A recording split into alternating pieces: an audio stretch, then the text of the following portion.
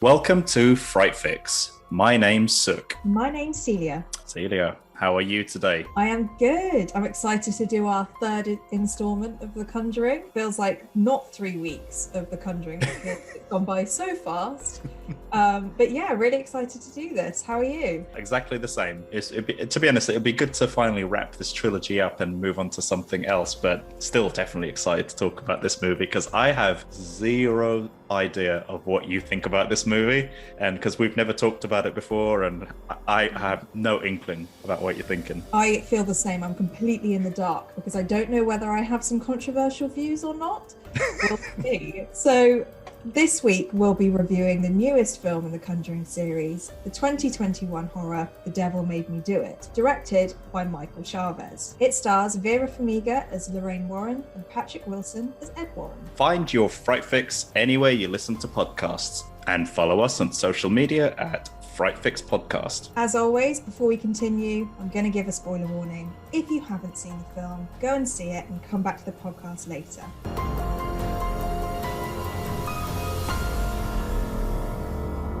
So, in 1981, Ed and Lorraine Warren attend the exorcism of an 8-year-old David Glatzel in Brookfield, Connecticut. During the exorcism, David's sister's boyfriend, Arne, invites the demon to enter his body instead of David's. After being possessed, Arne murders his landlord, and with the support of the Warrens, his case becomes the first American murder trial to claim demonic possession as a defense. The Warrens investigate David's original possession, leading them to a satanic curse passed on through a witch's totem. The Warrens must find the occultist responsible and stop her completing the curse. Ooh, so sick. What were your overall thoughts on the film? I am intrigued. Oh man, I didn't want to go first. So, I mean, the movie doesn't waste any time. It kind of opens with Ed and Lorraine mid-exorcism, and, you know, the action starts, you know, right from the get-go. And, you know, it's 15 minutes into the movie where we get our first jump scare. And, you know, despite the movie being almost 2 hours, you know, it moves, you know, I felt like it moved at a pretty fast pace.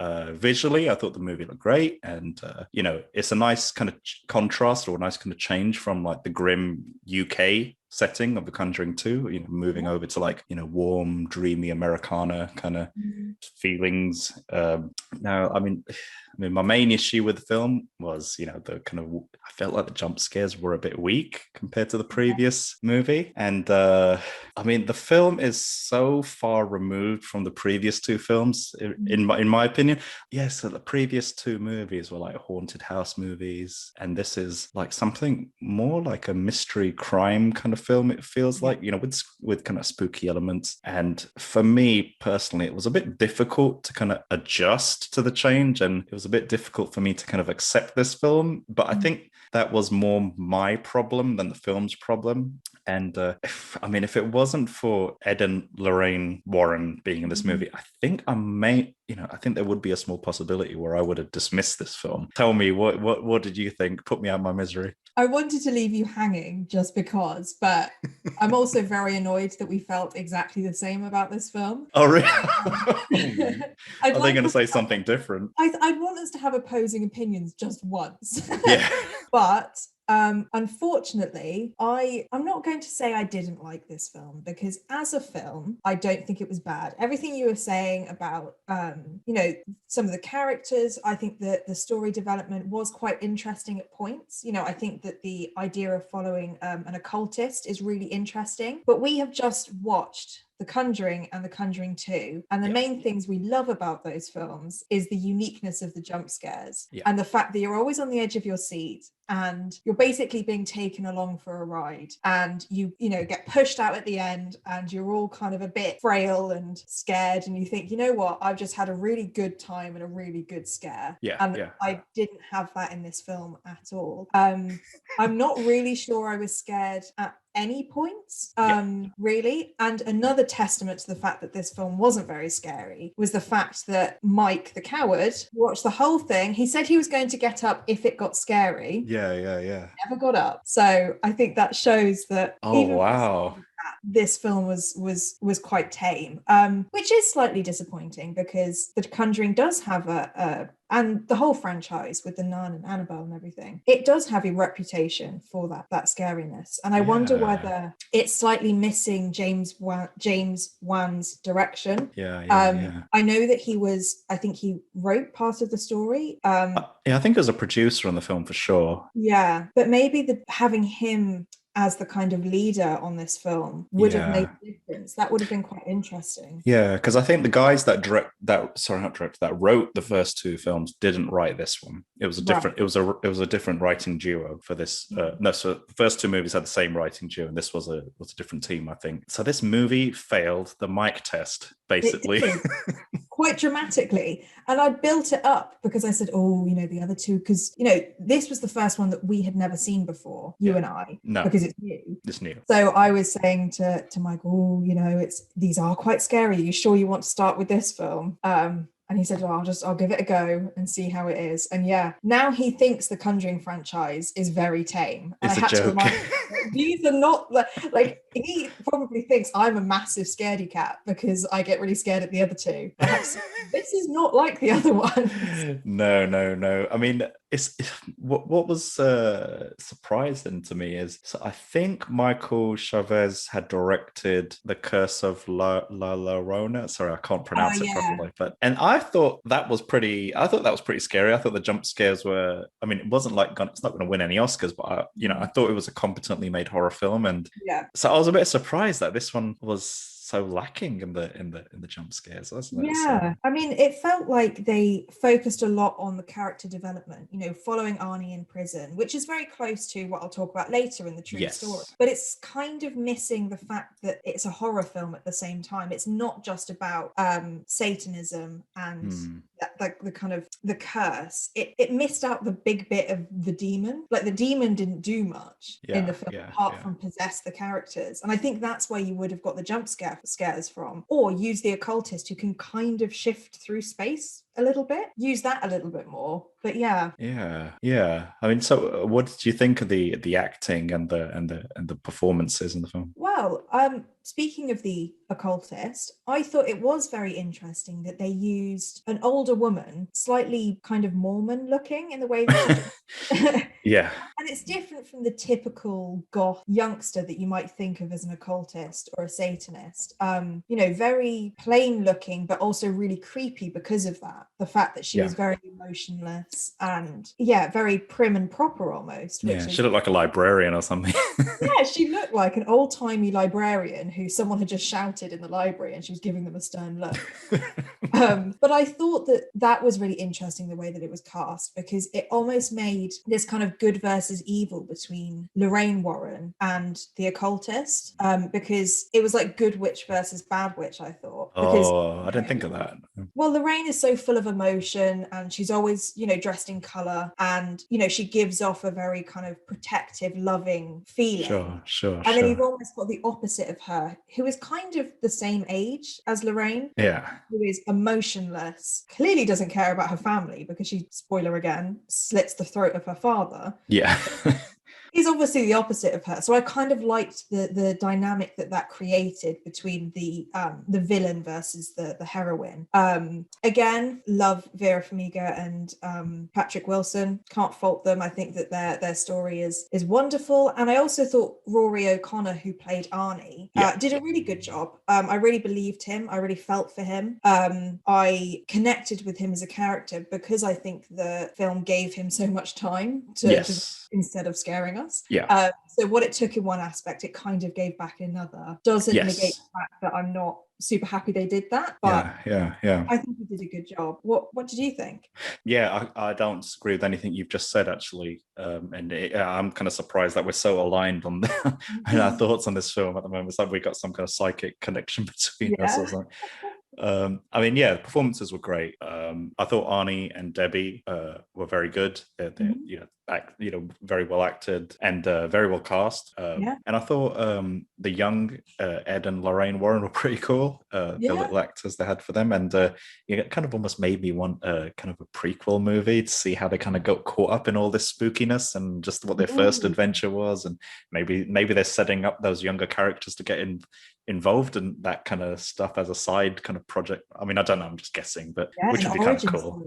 I mean, I'd be up for that. And I mean, I wasn't quite sure what I felt about the whole heart attack thing and walking stick thing, and it just kind of made me feel a bit sad a little bit, kind of seeing like our heroes age, and just I kind of almost just wanted them to be young forever and just solve mysteries every week. But yeah, I mean, obviously Patrick and Vera are getting older. I mean, it's probably a good 10 odd years since the last movie, but it's good to see that their chemistry is still there, and it was just like slipping back into old comfortable boots or something that you just kind of I thought in terms of performances and casting, I don't think that was a weak point or a weak link in the chain of this movie. Wow. I mean, I know we kind of said about what we kind of didn't like about the film, but did you have any favorite scenes that you did enjoy?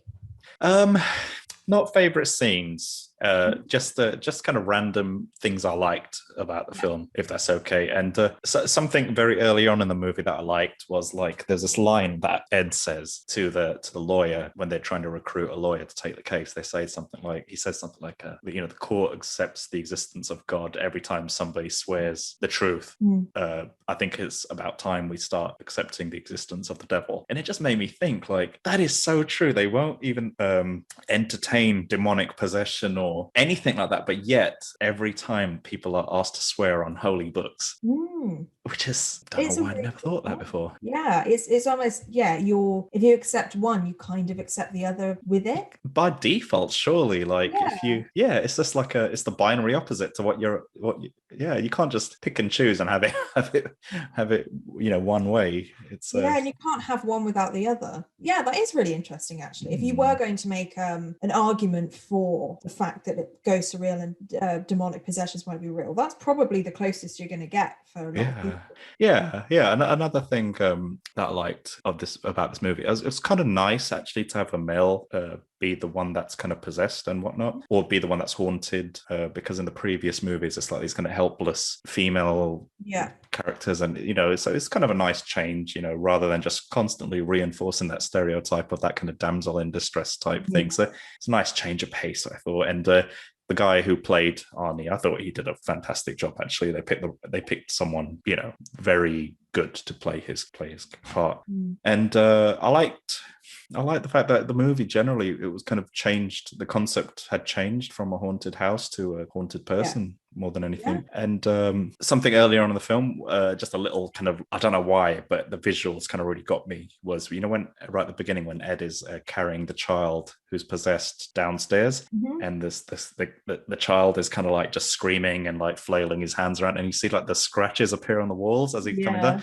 I just thought that was a really cool touch, and it just made me kind of feel, wow, the Conjuring movies, they've been going so long, and there's so much confidence with how they make them now and the visuals, and like I just couldn't imagine something like that in the first movie. Like it just shows 10 movies down the line, they've come a long way with their visual effects and stuff. And even though that was something so small and so brief, it's just kind of cool. Because I wasn't too familiar with the story, the kind of background to this movie. In the first part of the film, when Arne when he became possessed, I just had no idea what he was going to do. Like earlier on in the film, it was so kind of like, oh crap, is he going to kill his girlfriend? Is he going to kill the landlord? That's kind of what it's implying, isn't it? Because they've got a nice relationship, they love each other. Oh no, I think she's going to die. What's going to happen? Just that whole sequence when the Blondie song is playing, I thought was pretty cool. When he starts having hallucinations about his girlfriend dancing with the landlord and all that stuff. And I thought that whole scene was quite cool. Builds it up and goes a bit violent, and then suddenly he's just walking down this quiet highway, hands kind of covered in blood. It's really nice, the difference between high energy and just no energy. I thought the waterbed sequence was pretty cool. It was pretty creative, even though it was like super silly, but it was probably if there was one scene in the whole film that I thought was pretty cool, it was probably that, which I don't know if that speaks highly of the movie or lowly in my opinion, but I don't know. I completely agree. I feel like if the waterbed scene was in The Conjuring 2, it would have been like fifth on the list of kind of like cool, scary scenes. Yeah. But for this one, it was almost like we had to take what we were given. And that was like, I'd written it down as well, the uniqueness of the waterbed scene. Oh, did you? Because I thought it was quite cool, the face kind of coming up. And you see it, and it's all, but it's only because there wasn't anything else that kind of made me a bit scared. The bar was low, wasn't it? Yeah. There's one scene I wanted to talk about, and it's one of those kind of blink and you miss it scenes. Right. But I just wanted to kind of unpack it and kind of so I think when Ed and Lorraine first meet that detective guy and he doesn't believe them and whatnot, and then suddenly it cuts to them driving down a highway, the three of them in the car. Yeah. And you got Elvis Presley playing Suspicious Minds. Yeah. And I thought that was like, obviously the detective was suspicious of them, and now Suspicious Minds is playing. Yeah. And then immediately after that, Elvis says, caught in a trap. And then it's like the Warrens are about to literally screw themselves over by walking or driving into a trap, basically. That's such a good point. Yeah. And I suppose it's also a callback to the second Conjuring where Ed plays with the family. So I hadn't thought about that before. That was a good one. Because she says because he says, have you ever met Elvis? And she's like, once before he died and once after he died. And as soon as he says that, like Ed starts laughing because it's probably literally is a reference to him singing. Yeah, you're absolutely right. Yeah, I thought that was kind of cool, I guess. But I only noticed that on my second viewing. I didn't really pick up on that on the first time around. Right. Yeah. Because I definitely I was like, oh, that's Elvis. Either it's just a nod to the fact that they like Elvis, but I hadn't actually heard the lyrics of it. So I hadn't really noticed that.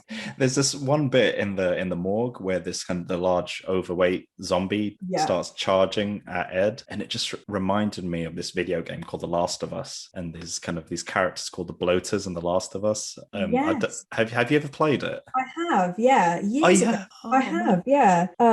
Yes, I hadn't picked it up at the time because I think I completely forgot that game exists. But yeah, you're right. It is similar. Yeah, I mean, that's got nothing to do with anything, I suppose, but it just kind of like just reminded me of him a little bit. And I would do sometimes wonder if the people that write these movies, they do play horror video games and stuff and bring little things, references and whatnot. I don't know. Maybe I'm just reading too much into it. Well, I mean, I think horror video games, they can be way scarier than any film because you're kind of in control. So I wonder whether some films have taken bits from horror games to get that. Oh man. Especially kind of first person view cameras. Oh man. And things like that. Because this is a bit off piste about horror games, but the fact that you're in control of seeing something, whereas in a film you just watch it and whatever comes, but it's almost like it's up to you whether you're going to be like followed by a ghost or whatever. You can't close your eyes and just wait for it to pass, because if you don't move, you ain't going to progress. Yeah, exactly. Yeah. I played a little bit I played the demo of the recent Resident Evil 8 game, and oh man, it's terrifying. Is it? I couldn't do it. It's too. I completed the demo, but it's I just thought it was so scary. Maybe I'm just a giant wimp or something, but it's. I had to have Jess sit next to me, so it was kind of pathetic. I had a question for you, actually. There was something I didn't understand. So, like, obviously spoilers, the occultist, dies at the end. Yeah. And Ed says something about, oh, you promised the demon a soul and it can't go back to hell without one. Yeah. It's like, was there a time limit or something? Did she have to get the demon the soul on that night? Or like, could it have been? She had to get it before. She had to get the soul before the curse was completed. But then, because they broke the table, she could never complete the curse. Oh, so the altar had direct connection to that. Oh, okay. So the altar was part of the curse. So she had to complete the curse to get Arnie's soul. But because they'd broken the mantle, was that what's called? What, the altar thing? Yeah. Yeah. She could never complete the curse, therefore like the demon could come and take her soul. I know what you mean, but I think that's what it wasn't a time limitation. It was the fact that she now could never complete it. Right. Now you say it back to me, it's super obvious. I don't know why I didn't it didn't click to me at the time. I But did yeah, like that though. I thought that bit was quite cool. The way that she kind of broke. snapped in half or whatever. Yeah, Yeah. yeah. What did you like about the film? I really liked one scene in particular, just from a kind of viewer perspective, was Sure. the scene where Lorraine's and Ed are in the woods, and she does that kind of flashback to Oh, the yep. murder of the friend. And they'd done it in The Conjuring 2 at the beginning with the Amityville house, where Lorraine Yes. was miming holding a shotgun, and she was Yeah. doing the thing that the person in the past had done. And I thought that that was a really unique way of showing what had happened, was like through Lorraine. And they did that again in this film. And what I loved about it was when Lorraine finds the right spot, she kind of kneels to the ground, and then all of the sound just stops. Yeah. And you just know that something's changed. But it was quite subtle in the way that it was done. And it was like an absence of sound rather than like an intentional cutting of sound. Oh, okay. It was really interesting the way they used the sound in that bit. It was for a few seconds. It was almost like your ears had started ringing and you couldn't hear anything. And it just showed that switch from the present to the past with Lorraine. Yeah, yeah. Which I really enjoyed. And then her kind of reenacting, I thought it showed Vera's amazing acting skills from her kind of going through all of the stabbing of the girl, and then her running through the woods. And I really enjoyed that scene. I thought it was really interesting to watch. Yeah, it was a very good scene actually. Now you put it like that, it's I wonder if it was real though, if that really happened, or if that was just for dramatic purpose, for the movie's sake. Yeah, I mean, I didn't see anything in my research, my minimal research. I didn't see anything about that being true. I suppose there's probably quite a few cases that are similar to that, but might not necessarily be anything that it's based on, because it was almost a tit for tat, wasn't it? They were going to help him solve that, and he was going to give them the files. So it was kind of adjacent to the storyline. So I don't think it kind of the true story aspect of it. Yeah. But yeah, I like that. But yeah, apart from that scene and the waterbed scene, actually, there wasn't any scenes in particular that were overly I like that much. It's not that I don't want it to come across that I thought this film was bad. I think it is mainly because we watched all three back to back. Yes. It might have been refreshing if I saw it by itself and had kind of forgotten what the Conjuring movies were about. It's just the fact that it was the third of two really stellar films, especially in two. Wow. Now this is the bit I want to know all about. What did you not like about the film? Well, I mean, I've kind of gone through what I didn't like about it. The fact that they're missing the fundamentals of The Conjuring, which is to scare you. The fact that it was focused much more on the progression of the characters rather than the demon. I also thought that although I liked the twist that the elderly retired priest was the father of the Satanist, I thought that was really cool. I don't think they'd given him enough of a story for me to care too much. Like, if he had been more involved, like, you know, they'd gone to him a few times and you kind of got to know him as a character. But I feel like they could have done more with that and made us go on this journey of like, yeah, this is a good guy. And then it's like, oh, no, he's a bad guy. Whereas it was kind of like, he's an all right, kind of weird person, and now he's a bad guy. Well, not a bad guy, but is involved much more than you think he is. Yeah. I just feel like they could have done more with that. Yeah, he didn't. Yeah, I think he only just popped up for like two scenes. The first scene where he talks about having his hands covered in chicken shit, and then and then next thing we know, you know, the next scene is him admitting everything to Lorraine, and there was no development, as you rightly kind of said. Like, yeah, he just kind of. I mean, there was a point where I was thinking he's the bad guy, like he's responsible for all of this, but it didn't even turn out that way, really. I mean, no, I just don't think they'd given it enough time. Like, if they kept, like I said, if they kept going back to him, or at least a few times asked for his advice on the occult, because he clearly knew a lot about it, and maybe he'd taken them down a few red herrings because he didn't want them to figure out like that it was his daughter. That would have been interesting, or something like that, where you could maybe figure out earlier on, oh, there's something weird about this guy. He's actually not helping as much as he thinks he is, or they think he is. You could kind of develop that a bit more, but yeah, just felt like they missed the mark a little bit on that. I entirely agree with you. Yeah. That was It's like the film had all the ingredients, but just kind of underdeveloped certain bits. Yeah, maybe they were trying to do too much at once, because the story of Arnie and his trial could have been a film by itself. The Glatzel family being possessed could have been a film by itself. Ed Warren going through his kind of heart troubles and things like that could also be a film by itself.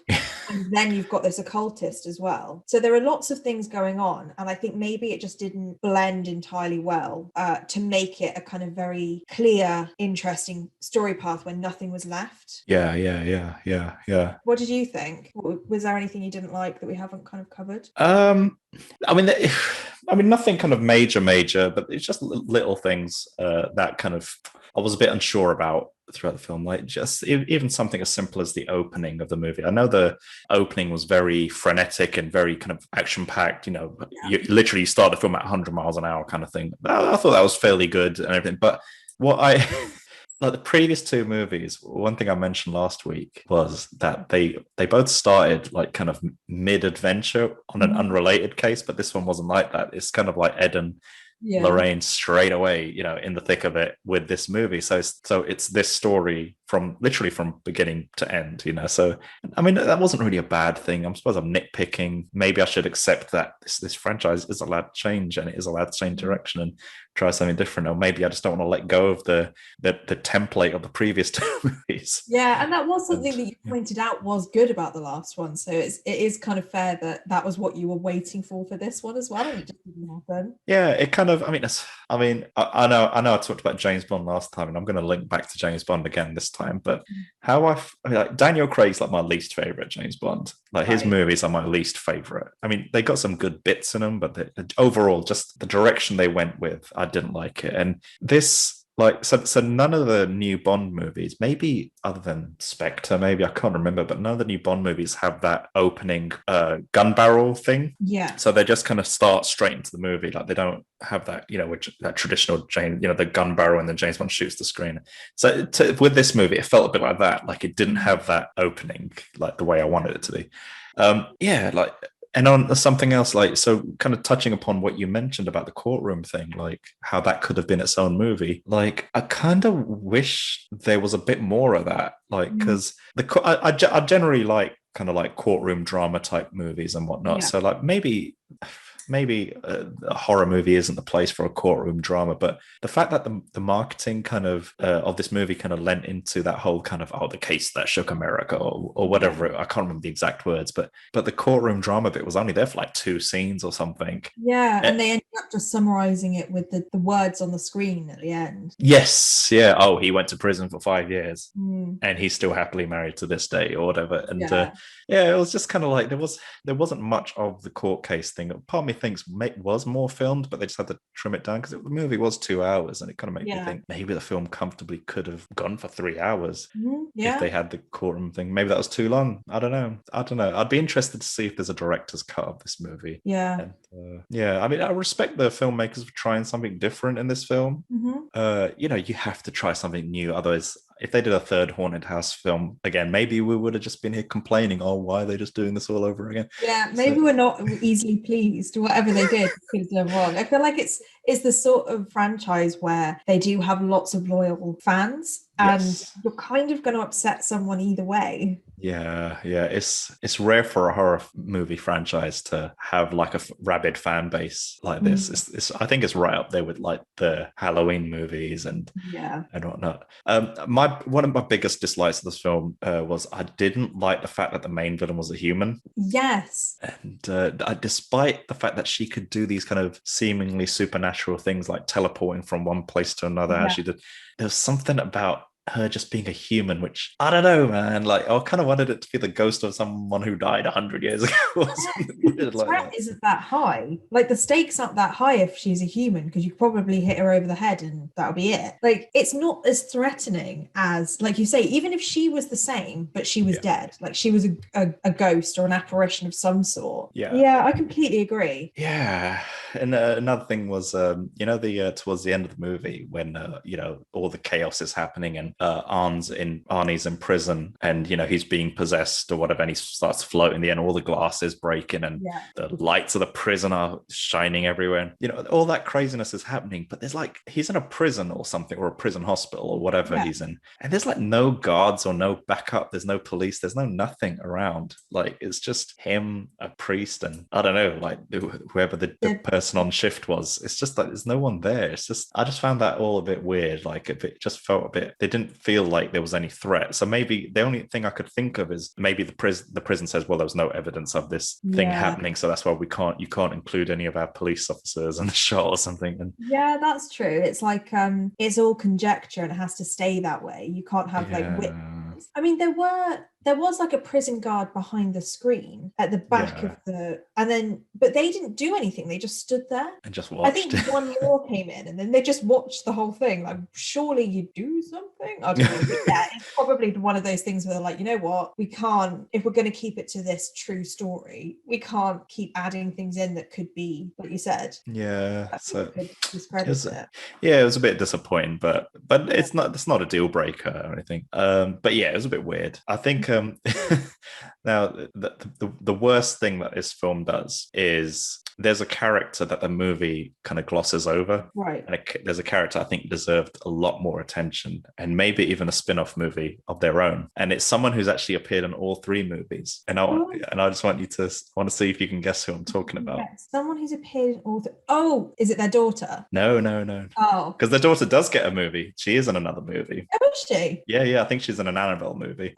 The Vicar? No. Nope, not the Vicar. Okay, I don't know. Oh man, it's a character I bet you don't even know the name of, but you know who they are. You recognize the character, and it's the technician dude that the Warrens carry around with them everywhere. Yes. That would be so cool. It's like, who is he? How does he get roped into these cases? I know. Like, does he get paid?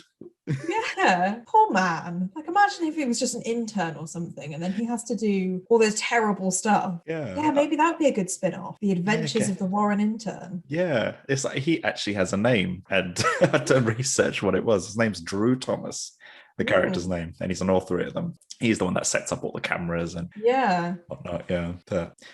So I mean, obviously this movie is allegedly based on kind of true events. Yes. Like I'd never even heard of this case prior to watching this movie. Like, do you know anything about the actual events that took place? No, I had no idea that this was a thing. And I thought out of the three films, this is the one that would be most easily discredited because it's very public. I feel like the last film kind of did it as well, where they had people like the police officers and people like that coming in and seeing it. But this one was like basically a media frenzy where people were saying this is the first murder case in American history, but I still hadn't heard of it. As in with demonic possession. So I did look up the true story, and actually, well, I'll go through it, but parts of it seem almost exactly the same to the film. Oh, really? To Ed and Lorraine, but it does get interesting. So it's true, as in it's true from the story, that in 1981, David Glatzel, the boy, did say that there was a spirit of an old man in the waterbed in the house that they just moved into in Connecticut, and that he became possessed with 43 demons. What? So they called the Warrens and they performed the exorcism, and apparently Arne did speak to the demons, and then after the exorcism, Arne became changed, as Debbie says. So Arne and Debbie lived above the kennels, and Debbie worked for the landlord. His name was Alan. And then in February 1981, Debbie, Arne, and the landlord Alan were drinking heavily. And an argument broke out, during which Arne fatally stabbed Alan 4 or 5 times, not 22 times, as they say in the film. Okay. So up to this point, it's pretty much the same as the film. Yeah, surprisingly. I mean, here, I actually think that it's significant, the difference between 4 or 5 times and 22 times, and the fact that Arne was drinking. A lot of the police officers at the time said that they didn't see anything weird about this case because it's kind of a normal murder, if you could say that. That is sad when you can say something's a normal murder. But interestingly, it was the first homicide in Brookfield's 193-year history. Damn. So it was the first time someone had killed someone.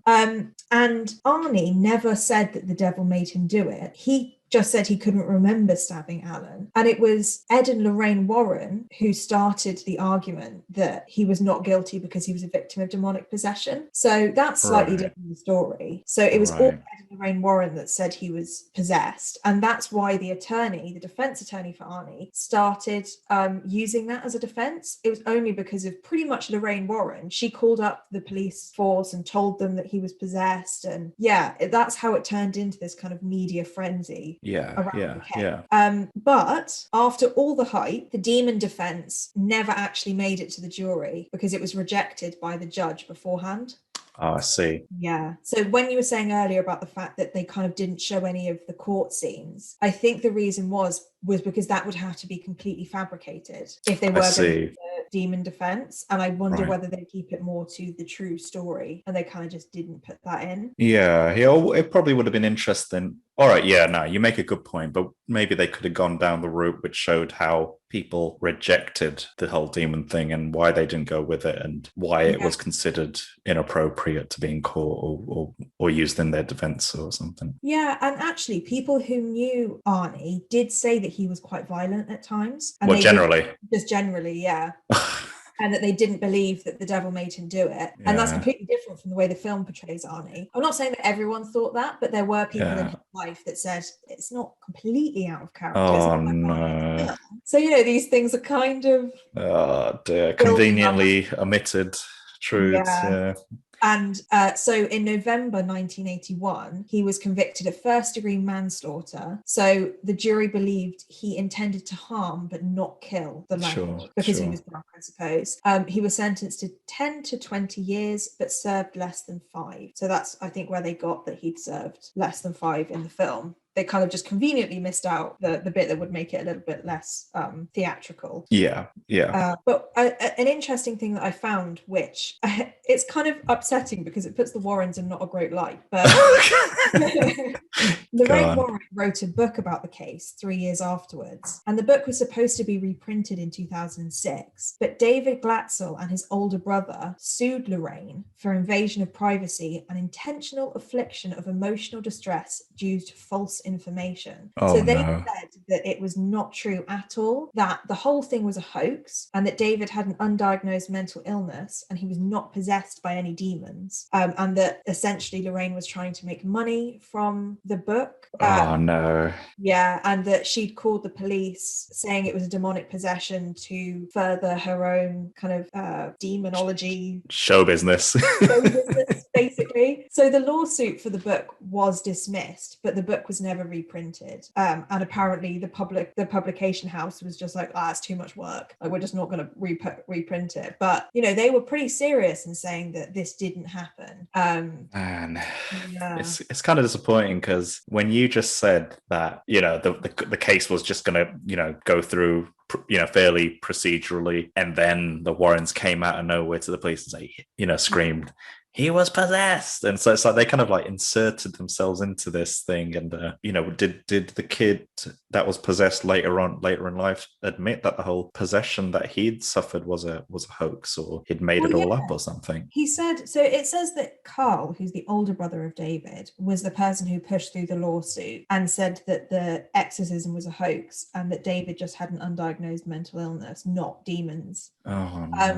So it's the brother who's saying it rather than David himself, but David was one of the two. So him and his brother sued. They went in it together. Yeah, so they went in it together. And I think it's one of those things where the story behind The Conjuring 2 was very much like everybody was on board. Like, everyone believed it. Everybody was saying that these things had happened. Yeah. Then in this one, you've got quite a few people saying that this was kind of a cut and dry murder trial. And actually, it probably would have benefited Arne more to not talk about the demons. I mean, he served less than 5 years. He got off with first-degree manslaughter. Yeah.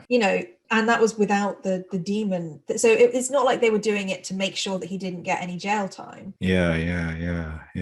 Oh man, it's like the more I kind of look into the whole Ed and Lorraine Warren, just their characters in real life, like the more kind of disappointed I become, and I kind of almost selectively ignore them and all the bad stuff people say about them. And in my head, Vera and Patrick, the actors, are the real Ed and Lorraine Warren. Yeah. And I kind of Definitely. decide to ignore all the conspiracy about the real life people. It's a bit of a weird one. No, I agree. It's almost like hearing that your favorite celebrity is actually a really bad person. You're like, oh, I built you up in my head and now you're not who I thought you were. Oh, but exactly. Yeah. I definitely think of Vera and Patrick as Ed and Lorraine Warren. For me, it's just, even those photos that they put at the end of all the films. Did they do that in this film, actually? Yeah. They had the real life photos. Yeah, of course. Yeah. I was going to say, God, if they went that far off piste, like, there's going to be a riot. Yeah. But yeah, I think that they, they portray them quite well really well in the films. Maybe overly well for the real people, but that doesn't mean that these stories aren't conjecture either, that they were doing it all for money and influence, but you never know. Yeah, no, absolutely. So that is the true story of The Conjuring 3. Did you have any trivia that you wanted to share? Well, I don't think I've got any trivia that kind of matches up to your kind of recounting of the true story, which I thought was absolutely fascinating, like totally new information to me. Had no idea that the film was that accurate to the real life account, bar the hoax allegations and whatnot. So very light on trivia this week. So Lorraine Warren was a consultant on the Conjuring movies. Mm-hmm. And she'd actually passed away a few years ago, and I think this was the only Conjuring movie that she wasn't a consultant on or didn't directly consult on. And I wonder if that speaks to the quality of this movie, and maybe why if there's any correlation between that and our kind of maybe our thoughts on the movie. Yeah, that's a really good point. Maybe it's missing two big factors. It's missing the director and the kind of consultant who maybe together made really stellar versions of these stories, and then you take away both of those and potentially it's just a completely different film. And the two writers that wrote the first two movies as well. It's that kind of that cocktail that didn't have the right ingredients. Because I suppose Lorraine Warren would be the only person to give insights that might have been the uniqueness of the first two that people just can't really make up themselves, and having her as a consultant might have just added that extra thing that it's just not there now. I think you might be right. Would you want to see more movies with these characters in, or do you think this should be the final one? That's such a good question. I think like the Pirates of the Caribbean films where everyone just seemed to get worse and worse and worse, and then it almost left the whole franchise with a bit of a kind of bad taste, because you can remember the ones that weren't as good at the end. So I don't want that to happen with The Conjuring. And it it could have happened with this film, but I think because I like the other two so much, especially the second one, it will stay in my mind as a good trilogy. But if they did it again, maybe that would peter it out. So long story short, I think they should stop here. Ooh, okay. What do you think? Are you the opposite? The selfish part of me, well, firstly, your Pirates of the Caribbean analogy is brilliant, and I think if you just came up with that at the top of your head, I commend you for that. but generally it's like the selfish part of me just wants to see more and more of these characters, but there's also it's just balancing it up with how many cases have they got left that are real, and it's like, what if they start kind of delving into fake cases and making fiction up? That would it take away from some of the mystique and some of the magic of these movies? It's like, do they work because it's all based on allegedly real hauntings and whatnot? So the selfish part of me would want to see them keep going, but I think maybe they've got one more movie in them, and I kind of, if they are going to end soon, I kind of want them to end on a good movie and not on I don't want this to be the last movie. Yeah, that's a good point. You want it to end on a good note. Maybe, like you said, the origin stories of the Warrens, or maybe their first case or something like that, where they're kind of learning about it and they make loads of mistakes, so it's really scary. I hope like they don't know really what they're doing or something. I feel like that would be a really good one to do. I can't take another one of this film. I don't think. Well, sorry I forced you to watch this one. Please forgive me. You know what, it feels quite emotional that we've come to the end end of the 3 Conjuring films. I mean, if you had to give a rating for this one, what's it going to be? Without thinking like too deeply into it, the number that keeps coming to my mind is 6. Yeah. Because I don't think the film was horrendous. It's as a kind of a spooky crime film. Yeah. I mean, it's not even that strong a crime film, to be honest. It kind of straddles genres, but it doesn't do any of them particularly well. And I think the entire thing hinges on the performances of Vera Farmiga and Patrick Wilson. Like, I think they got a good guy to play Arnie's character. I forget the actor's name, but he did a really good job. So I did feel connection and empathy to that character. And I did like the kind of romantic subplot with Ed and Lorraine, and how he builds that kind of veranda thing or whatever it is for him at the end. I thought that was kind of sweet. It's a bit sickly sweet, but whatever. It's fun of them, isn't it? They are quite sickly sweet. Yeah, they are. Yeah, they are couples goals, or whatever you want to call it. And I mean, the film was very different from the previous one, and you do kind of need fresh material to keep these franchises alive. I feel this movie is a bit of a misfire, but hopefully the filmmakers take feedback from this movie, because it didn't review very well at all. Like Rotten Tomatoes and whatnot. The movie was slaughtered, basically. Really? Yeah, it was. Yeah, nowhere near. I think the first 2 movies have a fresh rating, whereas this one got a rotten kind of rating. And in my mind, 6 out of 5. 6 out of 5? You know what? That's how much this movie screwed me up. 6 out of 5. Not even worth giving it out of 10. Yeah. You know what? Not even 6 out of 10. I give this movie 6 out of 6 out of 10. What about you? What are your overall kind of thoughts on this? You know what? I'm close to you, I think. I hadn't thought about this before, but as in I hadn't made my mind up about the number, because I was kind of hoping you were going to change my mind about the film and find something, magical, that was really good about it, but you didn't, and that's fine. So I can't not think about the other 2 films when I think about this film, because I think that they are so entwined and they are part of the same story that it's really noticeable if something isn't as good. And I think it's really commendable that they did a 3rd one because of the ratings of the first 2 and the fact that it has kind of amassed this audience of people who really like it. And so it is quite a brave thing to do, to have a different director and different writers, or I know James Wan was involved, but a different kind of crew behind it, and a very different story. So I commend them for doing that. But for me, it missed the mark for what I wanted from a Conjuring film. When I see The Conjuring, I know what I want. I want chills up my back. I want jump scares that are kind of rattling me. I want to be thinking about the film afterwards. And I remember watching the kind of time thing at the bottom of the film scroll across. I was waiting for the scariness to start, and it just never did. And it's a 2-hour film. Yeah, it is. Yeah. So with all that being said, I'm going to give this a 5 out of 10. Ooh, brutal. I know it is quite harsh, but it's nothing against the acting. I think this, like you said, the story itself could be fine for a different franchise. If this was a standalone film about the case, interesting. But for a Conjuring film, it didn't do what I wanted it to. Yeah. No, absolutely. I think you made some really good points there. Like, whilst you were talking, I was just thinking, like, so that there's the Conjuring movies, and there's all the supporting films that come alongside the Conjuring movies, like The Nun and Annabelle and whatnot. In my head, so like, to use the Marvel movies as like a comparison, is that to me the Conjuring movies should be treated with the respect that the Avengers movies are treated with. Okay, yeah. So like, they should bring their A-list writers, A-list directors, A-list, like they're the cream of the crop. Kind of like the Conjuring mainline series should not be bad. It should be heavy hitting, universally appreciated movies. Like the previous 2, they were very well received by critics and audiences. And I think the side movies like The Nun and all these other ones, like those are the movies where you should get the kind of slightly, I don't want to say lower talent directors, or lower, like just the more waters with different directors. Exactly.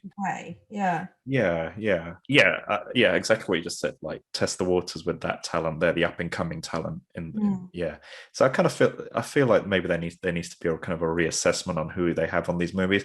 Once we kind of gone through this podcast, I think think the weak thing of this movie isn't the performers, and I don't even think it's the director. I don't think he was the problem with the movie. I think it was the script. I think it was entirely the script, the story, the script. Yeah, I think that's fair. Yeah, I think that a lot of what we've kind of said that we didn't necessarily like about the film is about the concept of the story and the way that it progresses. Yeah, and I know what you mean. It's kind of like the Conjuring film should be sacred almost. Yes. And then they're kept for, like you said, the top end. And maybe that's just because we like these films and that we are horror fans. But I would have wanted them to be thinking about people like us who love horror films and love the Conjuring films. And I wonder if they expected people not to like it and they were still doing it because they wanted to do something different, which again, commend them for. But then they have to be prepared for the backlash of people like us. We hope you enjoyed this month's Fright Fix. Join us next month as we'll explore a new horror film.